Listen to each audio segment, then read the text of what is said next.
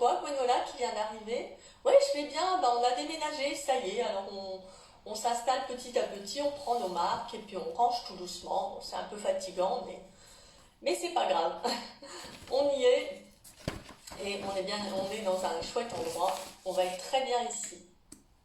Alors aujourd'hui, je te résume, je vous partage une tranche de vie mélancolique de ma vie.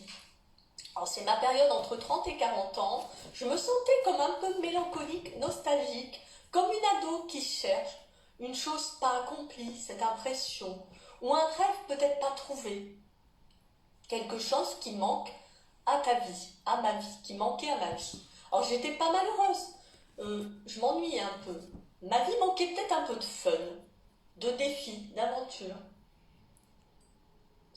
de fun, d'amusement, de découverte, d'accomplissement. Comme quand j'étais ado, où on m'appelait le globe-trotter parce que j'avais visité seule ou avec mes amis plein de pays en Europe. Et là, c'était un peu le fun, la découverte, l'aventure, parce qu'on partait en sac à dos, on découvrait un pays, on voyait les habitudes des gens, les façons de faire, leurs traditions, un peu ce qu'ils vivaient, qui était différent de nous, la nourriture, les boissons qui étaient différentes, les horaires, les repas qui n'étaient pas les mêmes. Donc, comme si je survolais un peu ma vie. Est-ce que ça te parle, Gwenola? Ou est-ce que ça vous parle, les autres qui me regarderont en replay ou après? Ah oui, oui, c'est une période fatigante, le déménagement, mais j'ai fait le gros, c'est juste du rangement après. Oui, c'est ça, j'ai fait le gros, c'est juste du rangement après. Est-ce que ça te parle un peu, ce manque de peps, de fun, cette vie peut-être un peu trop tranquille, dans le train-train, avec la famille, et toutes les choses qu'on a à faire en tant que parents? Bon, tu me diras après en commentaire. Alors j'ai toujours su que j'étais là pour une raison, quelque chose à faire. J'ai toujours aimé partager, échanger avec les autres, partager sur des projets, travailler sur des choses dans ma commune, avec des associations, avec d'autres gens de mon âge ou d'âges différents, aller discuter avec les voisins, des amis, faire des marches, faire des choses autour de chez moi. Mais par contre, je n'ai pas vu les signes, pas tellement vu les signes dans cette période, et c'est ok. Est-ce que vous vous reconnaissez dans n'avoir peut-être pas vu les signes, de sentir que vous avez quelque chose à faire, mais vous ne savez pas trop quoi? Alors, comme si je ne trouvais pas un rêve. Oui, les routines qui sont lassantes, oui, les routines, le train-train qui est un peu lassant, oui, Gwenola, en effet. C'est toutes ces routines qui nous lassent un peu, et toutes ces choses, ces horaires, ces rendez-vous, toutes ces contraintes un peu qu'il y a dans la vie, ou ce monde rapide, où on fait un peu mécaniquement les choses, se dépêcher de partir au travail, que tout soit prêt pour les enfants, on a peur que les choses soient pas prêtes, on est un peu perfectionniste, on reprend un peu les habitudes ancestrales de notre société, ou les choses qu'on nous a montrées, un peu l'idéal d'être parfait, de tout bien faire pour ses enfants, pour son compagnon, pour sa maison. Et oui, donc ça devient vite lassant. Et c'est vrai que du coup, ça manque un peu de peps. Et moi, je sentais ce manque de peps, comme s'il manquait quelque chose à ma vie. Ou comme si je survolais quelque chose. Et en fait, comme trouver cette mission de vie que j'ai trouvée maintenant, que je suis un guide, j'aide, je transmets avec des femmes de cœur comme moi, qui ont vécu un chemin chaotique comme moi, du passé, des émotions, de l'hypersensibilité, la multipotentialité. J'ai eu des clientes qui vivent tout ça, le besoin de se retrouver, un passé, des blessures, des souffrances, des choses avec la famille ou des relations. Oui, Gwenola, on vit un peu comme des robots dans cette société un peu effrénée, où on a oublié des choses et on s'y remet peu à peu, des choses que nos ancêtres faisaient sans savoir que c'était de la méditation, de la respiration.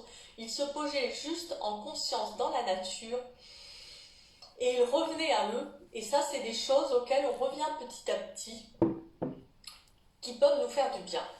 Et ils respiraient tranquillement. il se posait quelques minutes. Et c'est des choses sur lesquelles on revient. Alors, en effet, j'ai vécu le burn-out comme certains ou certaines d'entre vous. Ça a été très difficile, c'est une épreuve, on se casse la figure parce que on ne voit pas ce qu'on nous montre. La vie essayait de me montrer que j'étais plus sur le bon chemin et je ne le voyais pas, je ne comprenais pas, je n'avais pas le déclic. Mais c'est ok, c'est pas grave, je n'étais peut-être pas prête à avoir ce déclic, à voir ces choses dans ma vie. Et puis, petit à petit, en étant accompagnée avec des rencontres, ça a ouvert des portes de ma spiritualité, de mon intuition. J'ai eu des prises de conscience, des infos, des réponses petit à petit, des inquiétudes qui se sont levées les unes après les autres. Par exemple, j'avais très peur de la mort, comme si la mort était juste à côté de moi, et que je devais courir pour qu'elle ne me rattrape pas. Et avec une de mes accompagnantes, elle m'a expliqué des choses, elle m'a fait prendre du recul là-dessus, comprendre un peu des choses sur la vie spirituellement. Et donc j'ai pu trouver une façon d'être plus apaisée face à la mort et de me dire que de toute façon ça fait partie du cycle de vie. Et puis d'autres infos que je pourrais vous donner si vous voulez échanger avec moi ou faire une première séance d'accompagnement ou faire un appel découverte pour voir un peu vers quoi je pourrais vous amener. Voilà, donc les portes se sont ouvertes vers ma spiritualité. C'était ça, en fait, que je cherchais, ma spiritualité, ma mission d'aider, guider l'autre. Parce que je dis que je suis coach, mais je me sens plus guide. Bonjour à la deuxième personne qui est connectée. Alors, les portes s'étaient déjà ouvertes plusieurs fois par des rencontres, des livres qui étaient venus à moi par quelqu'un. On m'avait offert des livres, on m'avait prêté un livre. Il y a eu plusieurs livres. Il y a eu L'Alchimiste de Paulo Coelho, qu'une amie de ma sœur nous a prêté et qu'on a tous lu chez nous, et qui m'a ouvert vers de nouvelles choses. Oui, c'est fatigant, cette peur de la mort ou de la maladie, Gwenola, oui, en effet. C'est des peurs qu'on a parce qu'en fait, dans les générations avant nous, on était beaucoup dans la peur et moins dans l'amour, le partage, l'instant présent, savourer chaque gratitude dans notre vie. On n'était pas dans tout ça parce qu'on ne savait pas, on ne connaissait pas.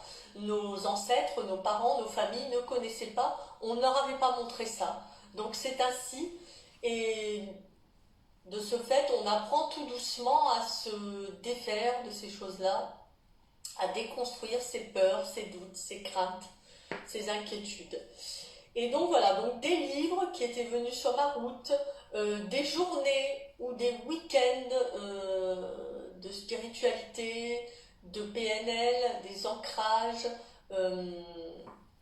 J'ai notamment participé à des journées dans l'équipe Anthony Robbins, où j'ai été à un séminaire de 3 jours d'Anthony Robbins sur la programmation neuro-linguistique, les ancrages, des choses qu'on peut faire lorsqu'on se conditionne, qu'on arrive à faire des choses incroyables. J'ai notamment fait des choses incroyables sous ces conditionnements, mais à ne faire que sous conditionnement et avec l'aide de coach ou d'un groupe, à ne pas faire seul. Et puis des rencontres, des personnes, des activités que j'ai fait du Qigong, la personne avec qui je faisais du Qigong était très branchée sur les choses naturelles, comme moi, la nature, la pleine conscience. Et donc du coup, le puzzle, les morceaux de mon puzzle s'imbriquaient petit à petit au fur et à mesure du temps et de ces rencontres et de ces accompagnements que j'ai faits ou de ces activités que j'ai faites. Et du coup, voilà, ça a été l'ouverture vers ma spiritualité et vers ce que je cherchais au fond de moi depuis longtemps, que je ne savais même pas ce que c'était que je cherchais. Voilà, donc si vous vous reconnaissez, si vous voulez échanger avec moi, je veux vous parler en message privé sur ma page. Vous pouvez m'écrire en message privé sur ma page ou sur mon profil Laurent Ché à Brignoles. D'ailleurs, il faut que je change la ville, car maintenant nous sommes dans une autre ville, le Canet des Morts, ça s'appelle, comme c'est affiché dans le live. Et je peux vous aider à trouver ce qui est juste pour vous, avec mon regard positif, mon intuition, mon observation, ma bienveillance.